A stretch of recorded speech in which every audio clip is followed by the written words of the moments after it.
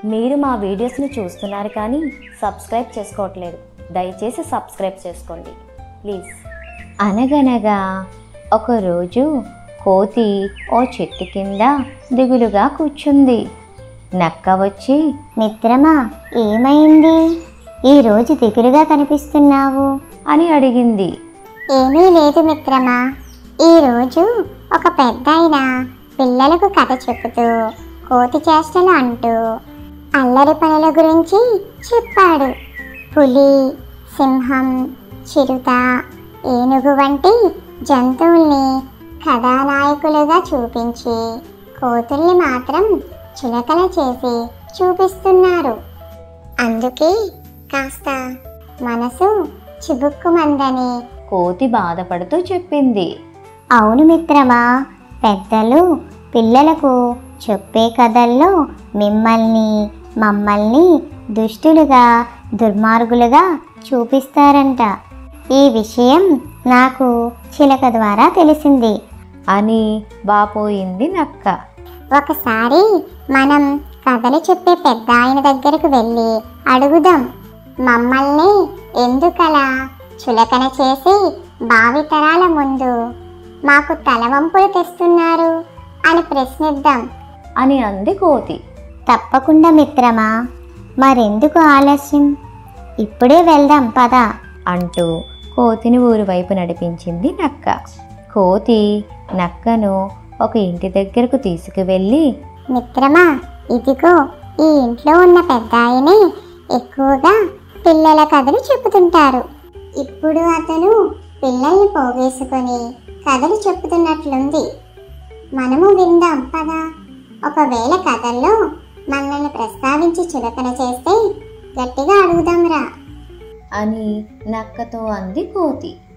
వద్దు మిత్రమా, నిన్ను చూస్తే ఆట పట్టిస్తారు, నన్ను చూస్తే కొట్టి తరిమేస్తారు. ఇంటి బయట నుంచి కిటికీలోంచి చూద్దాం అని నక్క కోతితో చెప్పింది. పెద్దాయన పిల్లలకు కథలు చెబుతున్నంతసేపు ఈ రెండు కిటికీలోంచి తొంగి చూశాయి.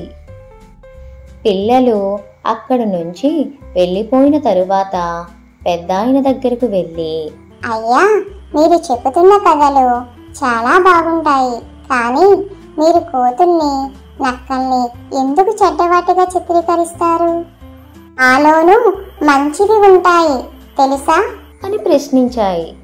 ఓ మిత్రులారా, మీరు ఇప్పుడు వేసిన ప్రశ్నలకు నేను రేపు సమాధానం చెప్తా. కథా సమయానికి తప్పకుండా రండి. ప్రస్తుతం నేను విశ్రాంతి తీసుకోవాలి అని చెప్పి ఇంట్లో ఉన్న రొట్టెలు కొన్ని కోతి నక్కకు ఇచ్చి సాగనంపాడు పెద్దాయన.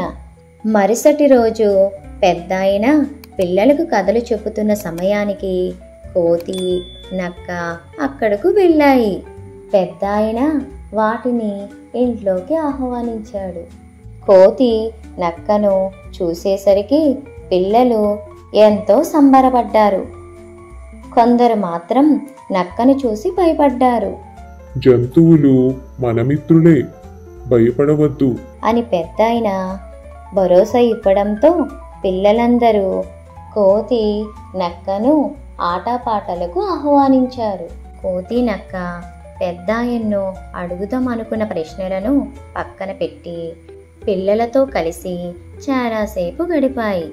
తరువాత కోతి నక్కను ఇంట్లోకి పిలిచి పెద్దాయన విందు ఇచ్చాడు. అవి రెండు దండం పెట్టి, మిమ్మల్ని తప్పుగా అర్థం చేసుకున్నాం, క్షమించమన్నాయి.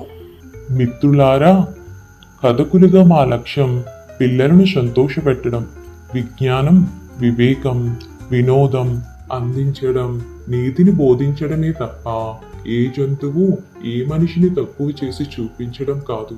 కథల్లో దుష్టులుగా ఉన్నవారు కూడా బయట వాస్తవ ప్రపంచంలో గొప్ప పనులు చేసి మంచివారుగా గుర్తింపు పొందితే వాళ్ళని నిజమైన కథానాయకులుగా ఆరాధిస్తారు.